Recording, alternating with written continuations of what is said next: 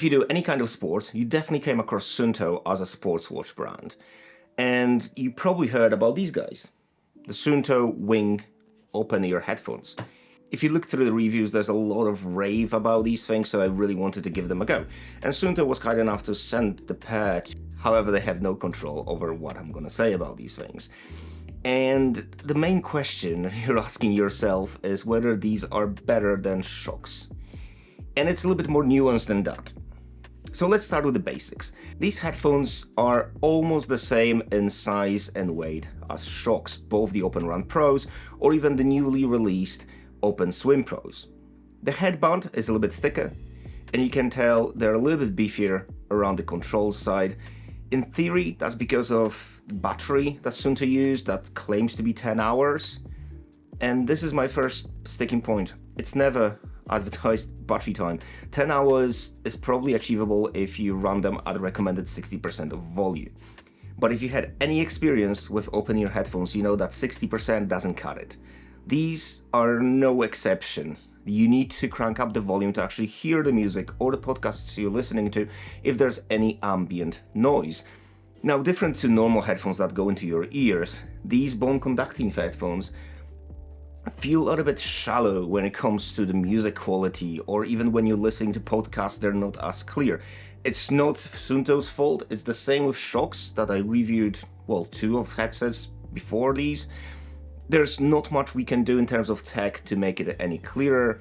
Suunto, however, feel a bit louder. You can crank them up more than Shokz, but it's still nowhere nearly the same kind of audio quality you would get from, say, Apple AirPods or even better over-ear headphones. So if you're looking for a general use headset, I wouldn't go with neither of these, no Shokz, no Suunto, no anything that's open ear or bone conducting in general, because the music quality is not going to be there. Where these shine, just like Shokz, is when you're doing activities that involve your head bouncing up and down. And I don't know about you, but my ears are just not made for any in-ear headbuds because they always fall out. And even though the Apple Pros, they feel like they're most locked in, still after a few minutes of walking, I need to kind of correct them. And I tried all the ear tips. I just got weirdly shaped earlobes, and I think a lot of people do. I know that my wife, for certain, she can't use any in-ear headphones. Also, when you're doing any kind of outdoor activity, you really want to be aware of what's going on around you, just in case you're gonna get hit by a bus. So these, when it comes to audio quality, I would say when you compare them to Shokz, are very similar. I know people are saying these are much better.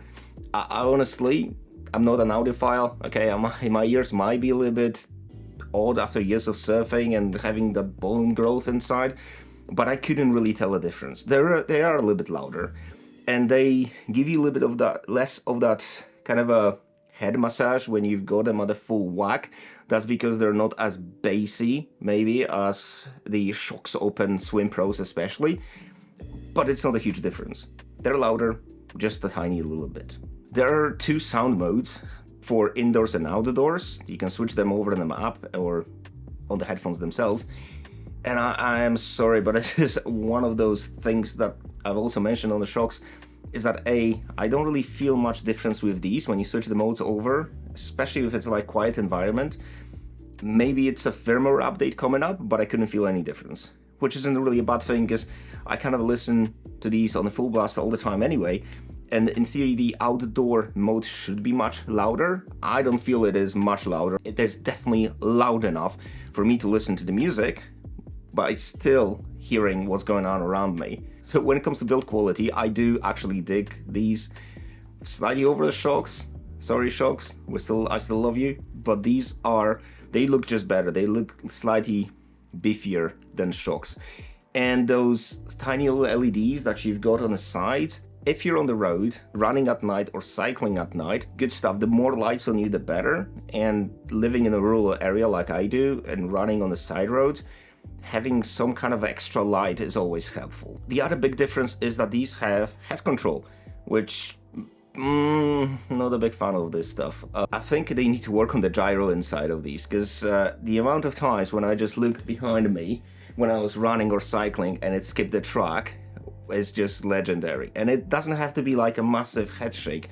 So basically you do this to skip to the next track. You can literally just look on the left and right, and it just goes to another track, and you lose the vibe of the music you were listening to. So that sadly is switched off on my headset, and I kind of hope they will correct it, because in theory, if there will be more accentuated head movement required to skip to the next track, that would be really handy. Because, you know, when you're cycling, you really don't want to touch your watch when you're doing that. This is actually a really good idea, but they just need to update that head tracking a little bit better, and it's going to be pretty sweet. I touched upon the battery life. Now, it's not horrible. It's about the same as Shokz. So if you're listening at full blast, I don't run for 8 hours. I struggle with 1 hour. Typically, after 1 hour, I'm losing about between 20 and 30% of battery runtime, which is kind of acceptable, I guess. Unless you're doing ultra marathons, then that might be an issue, but if you're doing ultras, you're probably not going to have the LEDs switched on, and you definitely don't want that head tracking, because if you run a lot and you're moving a lot and you normally move your neck a lot, it will be skipping a lot of tracks. So that head detection drains battery a lot, and LEDs drain battery a lot. So if you switch all of these things off, you're still not going to get 10 hours after full blast, but I would kind of aim for 6, and I think that's kind of a realistic expectations. Charging is pretty similar to Shokz. So you've got this tiny little cable that snaps on magnetically onto the headphones. Where these shine though is that they come with their own power bank, so you can charge the headphones and the power bank at the same time, but also that power bank gives you 2 extra charges of headphones from 0 to nothing. So in theory, if you've got fully charged headphones and fully charged power bank, that was a really weird sound. If you got a fully charged power bank, it should give you 30 hours. I would say good aim would be closer to 20 hours, but that's still plenty, even if you're doing ultras. And yes, you do normally carry some kind of power banks with you, and if I'm traveling, I normally have my van with me and I can just plug my headphones into a charger, but it is a nice accessory to have with you. Where these fall a little bit short are the buttons, very recessed. When you're running or when you're doing anything really, it's really hard to actually press those buttons. You don't know if you actually press them. You have to really squeeze them in or use your fingernails, and on Shokz it was just a little bit easier. I'm pretty sure they will correct that in the next edition, but that's just not ideal. Obviously the multifunction button, which is here, yeah, that works exactly the same as on Shokz. As you probably know, these have multi-point connectivity, so if you want to have them connected at the same time to your phone or your watch and your laptop, you can do that, so you can listen to both sources. Again, these are not headphones I would use for multimedia.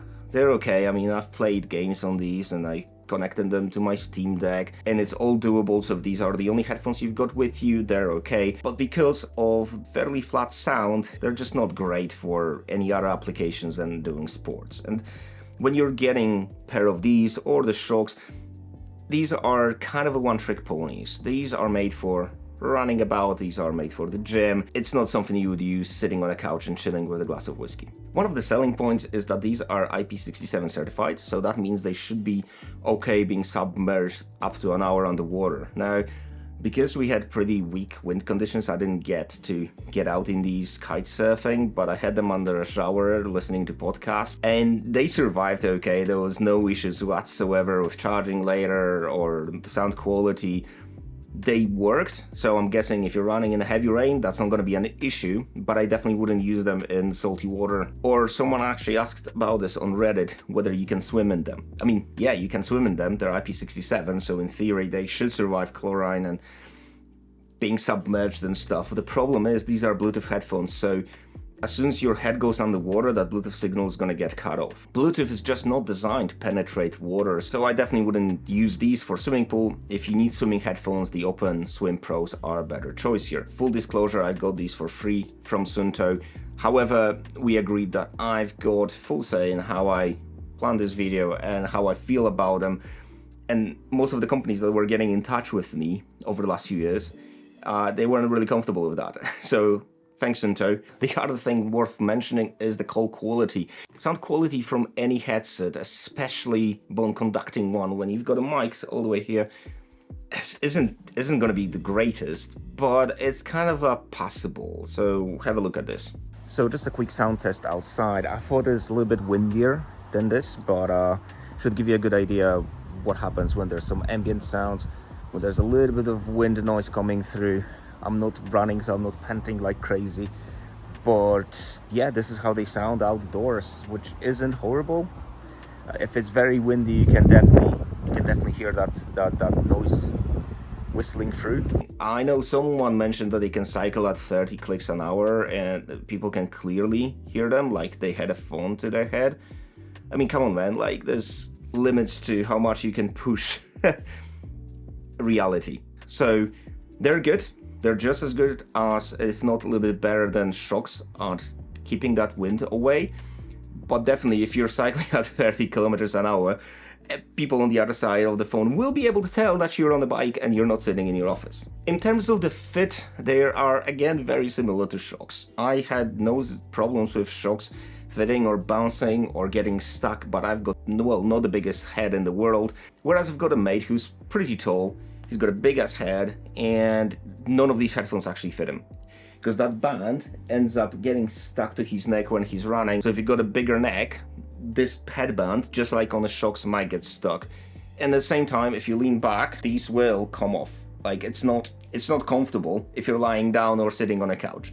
But again, these are not couch headphones, but it's something to be aware of because, again, reading Reddit and someone actually complained about this and were chilling in front of PS5, they can't comfortably lay back. You've got the wrong headphones, mate. And I appreciate that this might not be definite answer, but I can't decide for you. I'm happy with these. I would probably get them myself if I'll be just using them for running and cycling. I often go out surfing with music, or if I'm training for paddleboard races, and these suit half of these activities. For half of them, I kind of have to have like fully waterproof headphones, so Shokz OpenSwim Pros are a clear winner here. But if you're not swimming and you just need a pair of headphones that will keep you safe on the road, I mean, these are really neat. I really like the design. I really like the build quality, and I like the LEDs, even though they look a little bit gimmicky. And you might look like a bit of an alien if you're just walking around the city with these on, but thankfully you can switch them off. The sticking point here is the price, because these are about $50 more than Shokz. If you take the power bank in consideration, and maybe the lights, you might think this is a good value. I can't speak to the durability of these, I only had them for a month, and I've been using them every day. Never had a single issue, never had a hiccup, never had connectivity problems. They just worked really, really well.